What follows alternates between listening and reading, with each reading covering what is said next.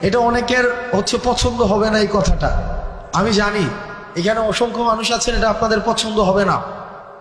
অধিকাংশের কাছে হয়তো আমি এই কথার কারণে অপ্রিয় হতে পারি, কিন্তু কার কাছে অপ্রিয় হলাম, কার পছন্দ হলো না সেটা মুখ্য না। মুখ্য হচ্ছে আমার ইসলাম আমাকে কি বলে, আমার দ্বীন আমাকে কি শিক্ষা দেয়। সেটা যদি অপছন্দেরও হয় সেটাই আমাদেরকে বলতে হবে। আমি যেহেতু এই গ্রামে ছিলাম, এই গ্রামের সাথে আমার সম্পৃক্ততা রয়েছে। এই গ্রামে এক ধরনের অর্থনৈতিক বিনিময় প্রচলিত রয়েছে, যেটাকে আপনারা নাম দেন পত্তন। এটাকে আপনারা যে নামেই ডাকেন না কেন, এটা সরাসরি সুদ। আমার পরিবার সহ আশেপাশে অনেকে আছে এই ধরনের বিষয়ের সাথে সম্পৃক্ত ছিল, কিন্তু আমরা যখন বুঝেছি, আমরা যখন পড়াশোনা করে জেনেছি, আমরা যখন আলেমদের থেকে পরামর্শ নিয়েছি, বিশ্বাস করেন যেই দিন থেকে আমরা এই পথ থেকে ফিরে এসেছি, বরং সচ্ছলতা আরো বেশি প্রশস্ত হয়েছে। কসম করে বলছি, আপনারা জানেন আমার বাবার অর্থনৈতিক অবস্থা, আমার দাদাদের অর্থনৈতিক অবস্থা। যেই দিন থেকে এই জায়গা থেকে আমরা ফিরে এসেছি, আমাদের অর্থনৈতিক যে সচ্ছলতা, আমাদের নিয়ামত সৃষ্টিকর্তা আমাদেরকে যেভাবে দিচ্ছেন, আমরা প্রতিনিয়ত আল্লাহর কাছে অকৃত্রিম কৃতজ্ঞতা প্রকাশ করি। আপনাদের কাছে অনুরোধ থাকবে, এই যে আমরা দেখি টাকা থেকে টাকা বৃদ্ধি পায়, এটা অসংখ্য পরিবারকে নিঃস্ব করে দেয়। আমি নিজে দেখেছি, আমার বাড়ির মধ্যে এইসব বিষয় মেল হয়েছে, ছোটবেলায় আমি দেখেছি, বা আমি দেবিদ্বার থেকে আসতাম যখন দেখতাম। অনেকে আমাকে অপছন্দ করতে পারেন, আপনি আমাকে অপছন্দ করেন, সেটা আমার দেখার বিষয় না, কিন্তু এটাই সত্য। এখানে সবাইও যদি অপছন্দ করেন, এটাই সত্য। এবং সুদের বিরুদ্ধে আমাদের একটা সামাজিকভাবে এটাকে প্রতিরোধ করতে হবে। আমরা আল্লাহর আইন চাই, সুদ মুক্ত সমাজ চাই। আল্লাহর আইন চাই, সুদ মুক্ত সমাজ চাই। সুদ মুক্ত সমাজ চাই, আল্লাহর আইন চাই। আপনাদের কাছে অনুরোধ থাকবে, আপনারা সুদকে বন্ধ করে দেন।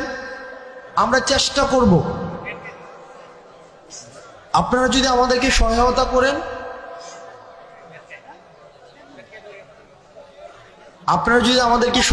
করেন, আমরা আমার জায়গা থেকে চেষ্টা করব সামাজিক যেই ঋণকে সহজলভ্য করা, সামাজিক ঋণ প্রদানকে সহজলভ্য করা। আপনাদের কাছে মনে হতে পারে যে এটা তো একটা মাহফিল। ইসলাম তো পূর্ণাঙ্গ দিন ব্যবস্থা। ইসলাম আমার দুনিয়া নিয়েও কথা বলে, দুনিয়া পরবর্তী বিষয় নিয়েও কথা বলে। আমাদের দুইটারই সমন্বয় ঘটাতে হবে। আমি আমার ক্ষুদ্র জ্ঞানে, আমি যেহেতু সামাজিক সমস্যাগুলো আমার কাছে মানুষ নিয়ে আসে, আমার যেহেতু দৃষ্টিগোচর হয়, সেজন্য আজকে আপনারা শপথ করেন, যার এই ধরনের টাকা বিনিয়োগ রয়েছে পত্তন নামে, সুদ নামে, সেটা আর খাবেন না। আমরা ঋণকে সহজ করে দিব। আমিও বুঝতেছি যে আপনারা অনেকক্ষণ ধরে অপেক্ষা করছেন, যে আপনাদের যার বক্তব্য শোনার জন্য আসছেন, রফিকুল ইসলাম মাদানী সাহেব, উনি এই যে আপনাদের পিছনের বিল্ডিংটায় আছেন, মানে এই যে আপনার পিছনের বিল্ডিংটা, একটা মানুষ 8 ঘন্টা জার্নি করে আসছেন, 8 ঘন্টা। তো ওনার কিছু জরুরত হইতে পারে, তো উনি আবার বক্তব্য দিবেন। উনি 3.5 ঘন্টা কথা বলেছেন, 3.5 ঘন্টা, যেটা আসলে আল্লাহ ওনাকে রহমত এবং বরকত দিন। এই যে মসজিদটা আমাদের, যেটা 4 বছর হয়েছে মসজিদটা, এই মসজিদে গত 2 দিন আগে আমাদের এই উপজেলার জন্য 5 কোটি টাকা বিশেষ বরাদ্দ দেওয়া হয়েছে।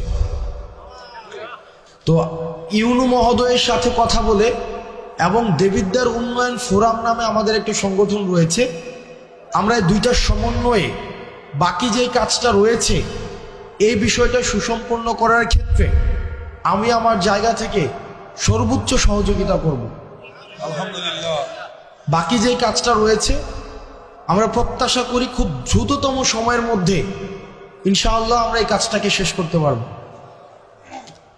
আর আপনারা এখানে যারা আছেন অধিকাংশ মানুষ হচ্ছেন আমাদের আশেপাশের গ্রামের, কেউ হচ্ছেন আমার বাবার বয়সের, কেউ আমার বাবার সাথে চলাফেরা করেছেন, আমাদের চাচাদের সাথে চলাফেরা করেছেন, কেউ আমার দাদার বয়সের, আসছি আজকে অনেকে আমার দাদার কথা বলছিলেন।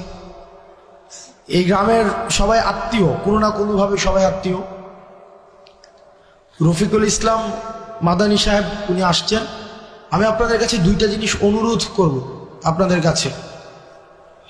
এক নম্বর বিষয় হচ্ছে, আমি যেহেতু এখানে আমার জন্ম এই গ্রামে, আমি এই গ্রামে মাঝে মাঝে, যদিও আমি দেবিদ্বারে বড় হয়েছি, ক্লাস 2তে আমি বাসায় দেবিদ্বারে চলে যাই, কিন্তু দুঃখজনক বিষয় একটা এই গ্রাম সম্পর্কে বা আশেপাশের গ্রাম সম্পর্কে, সেটা হচ্ছে যে আমরা পড়াশোনার ক্ষেত্রে আমরা এই গ্রামের মানুষ বা আশেপাশের কয়েকটা মানুষ অনেক বেশি পিছিয়ে আছি, অনেক বেশি। সেটা হতে পারে কয়েকটা কারণে। এক নম্বর কারণ হচ্ছে যে এই এলাকা থেকে বিদেশে যাওয়ার সহজলভ্যতাটা অনেক বেশি। এটা ইতিবাচক যে মানুষ কর্মসংস্থানের জন্য মধ্যপ্রাচ্যে যাচ্ছে, আমার বাবা গিয়েছেন, এবং এখানে যারা আছেন আমাদের এই যে আমরা অর্থনৈতিকভাবে তুলনামূলকভাবে অন্যান্য এলাকা থেকে আমরা স্বাবলম্বী, এটা ঠিক, কিন্তু শিক্ষার ক্ষেত্রে আমরা অনেক বেশি পিছিয়ে আছি। আমি কিছুদিন আগে শুনেছি যে আমার যে স্কুলটা রয়েছে হাই স্কুল, সেখানে পাশের হার এটা অপ্রত্যাশিতভাবে কম। সারা বাংলাদেশে যেখানে এখন শিক্ষাক্ষেত্রে মান অনেক উঁচু, সেখানে পাশের হার অনেক বেশি কম। আমাদের গোপালনগরে আরেকটা মাদ্রাসা আছে, সেখানেও অপ্রত্যাশিতভাবে পড়াশোনার মান খুব বেশি উন্নত নয়। তো আমাদেরকে দিনী শিক্ষা এবং প্রচলিত যে শিক্ষা ব্যবস্থা রয়েছে, এই দুইটার মধ্য দিয়ে আমাদের নিজেদেরকে নাগরিক হিসাবে তুলে ধরতে হবে। সেই জায়গা থেকে আপনাদের কাছে অনুরোধ থাকবে, পড়াশোনার ক্ষেত্রে আপনারা যদি আপনাদের সন্তান, আপনি নিজে, আপনার ভাই বোন বা অন্যান্য কোনোভাবে যদি আপনারা মনে করে থাকেন কোনো সীমাবদ্ধতা রয়েছে, কোনো প্রতিবন্ধকতা রয়েছে, ইনশাআল্লাহ আপনারা আমাদেরকে জানাবেন।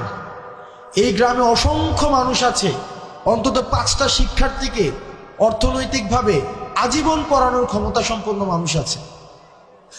আমি অন্তত আপনারা আমাকে জানাবেন যে আমার ছেলেটা পড়তে চায়, আমার ভাতিজাটা পড়তে চায়, সে আমার বোনটা পড়তে চায়, আমার নাতিটা পড়তে চায়, কিন্তু আমরা অর্থনৈতিক সীমাবদ্ধতা বা পারিপার্শ্বিক সামাজিক প্রতিবন্ধকতার কারণে আমরা সেটা পারছি না। আপনারা আমাদেরকে জানাবেন, আমরা সেটার যথাযথভাবে, আমরা সমন্বিতভাবে, যারা আছেন এখানে, আমাদের সোহাগ কাকা আছেন, এখানে অসংখ্য মানুষ আছেন, এই নাম মেনশন করলে আমার অনেক, এটা লিস্ট হয়ে যাবে, আমি নাম মেনশন করতে চাচ্ছি না। আমরা সহায়তা করবো ইনশাআল্লাহুল আজিজ। কখনোই যেন মানে আপনাদের আর্থিক কারণে পড়াশোনা যেন না থেমে যায়।